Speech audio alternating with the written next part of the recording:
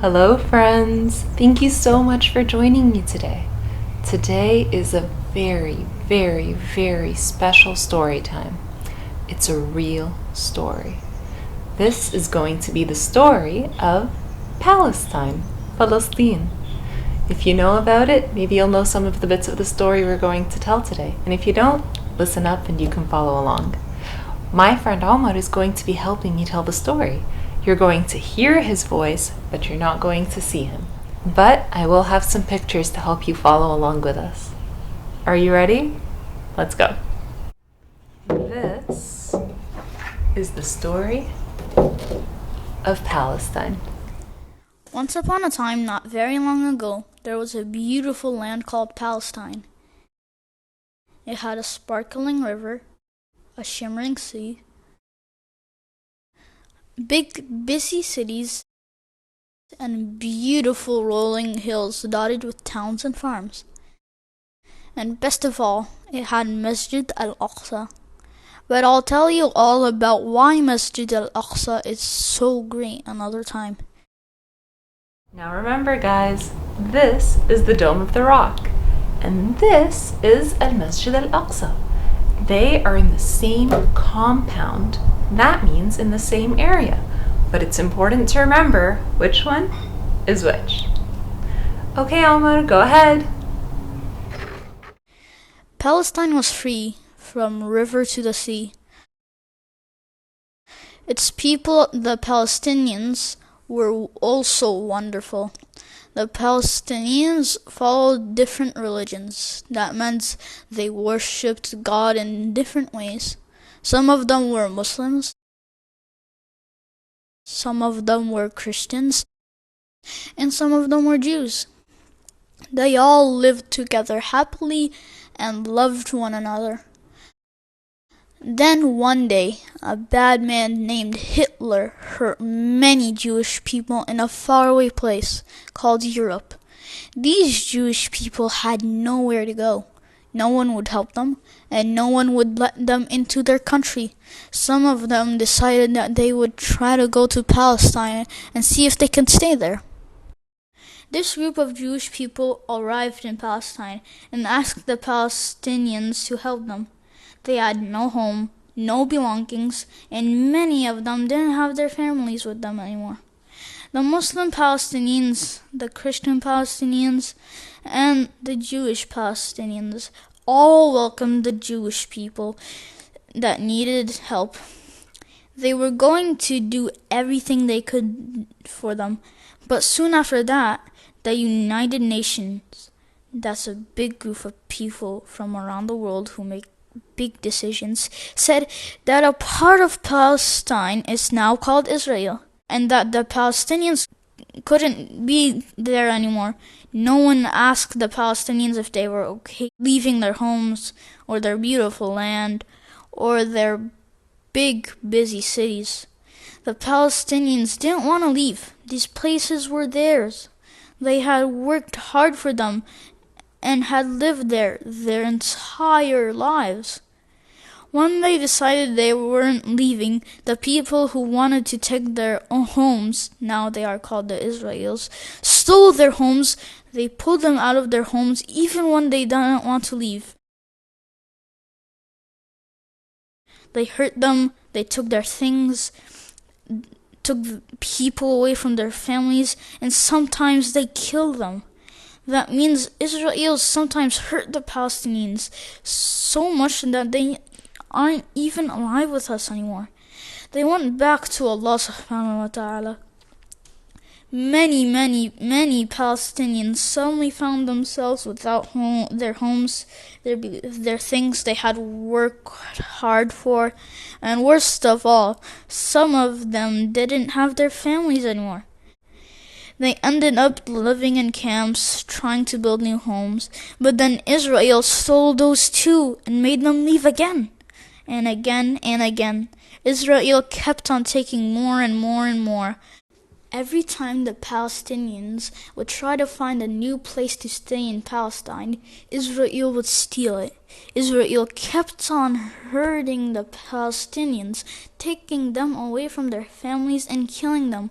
The Palestinians couldn't understand why the people they had helped kept hurting them like this.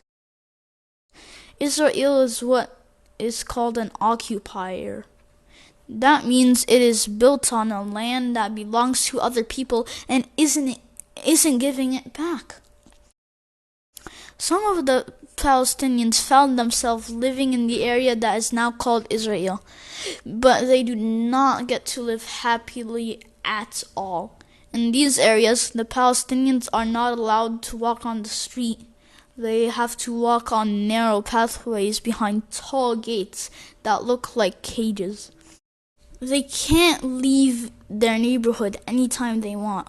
They have to ask special Israel police officers for permission every time they want to leave their neighborhood, and the officers like to say no.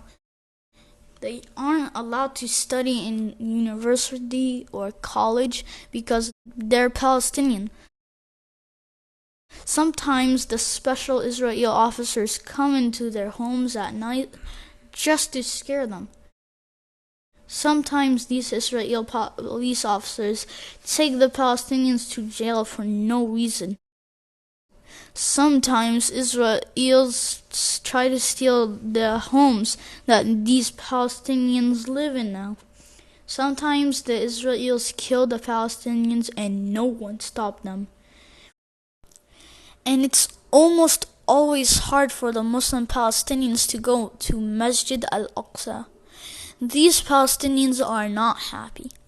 All these things that are happening to them means that they are living in an apartheid. Apartheid means that they are not allowed to do the normal things that the Israelis get to do because they are different. It is not fair.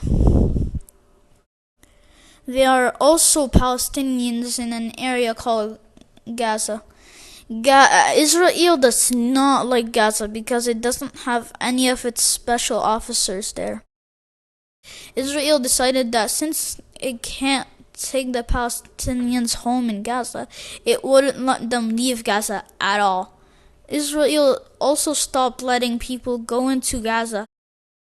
Israel started taking away a lot of their electricity, not giving them enough water, and not letting important medicine reach the hospital. And worst of all, Israel keeps on hurting the Palestinians in Gaza and killing them. It does this by sending things called bombs to Gaza. Bombs are like really big bad fireworks that make buildings fall and really hurt people. Sometimes the Palestinian people in Gaza get so angry at the Israelis are hurting them so much that they send little bombs to Israel. But Israel is really strong and is really good at stopping these bombs. The Palestinians in Gaza are not happy. Some Palestinians were able to go to new countries all around the world. They love their new countries, but they also really love Palestine and want to see it again. But a lot of the time, Israel won't let them go back and see their homes and families. Israel tells Palestinians that they are not allowed to go into Palestine, even though Palestine was their home and Israel took it from them.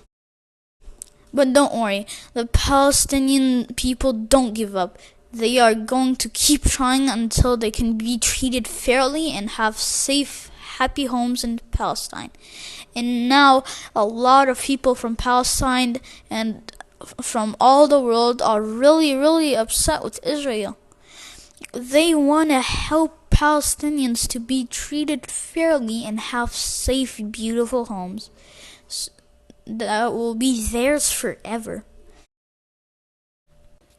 So they are doing some things to help them. You can talk to your grown-ups about how your family can do these things too. To help Palestine, we can boycott things that are from Israel. That means we don't buy anything that comes from Israel. Protest, that means we let people who run the country we live in know how upset we are about Palestine and that we want our country to help Palestine. You can do this any way you like. You can go to a march, which is when lots of people walk in the street with signs to teach everyone about the things that's bothering them. You can write a letter about Palestine to the government. You can tell the government officers in your area and tell them what you would like them to do for Palestine. All these are really great ways to protest. You can teach other people about Palestine. It is very important to talk to your grown-up first before you do this. Your grown-up knows who is safe to talk to and who isn't. And most importantly, you can make dua for Palestine to be happy and free. Dua is when you ask Allah subhanahu wa ta'ala for His help with something. Now remember, Allah subhanahu wa ta'ala might make us wait until He gives us something we want, because He wants to give us something even better. So keep making dua even if it looks like what you want isn't happening. Assalamu alaikum. Thank you, Omar. That was such wonderful storytelling. And thank you all for joining us and listening to the story of Palestine. Remember, if you can't do anything else, make sure that you make dua. You pray for them and you ask God to help them always. Thank you for joining us. Assalamu alaikum.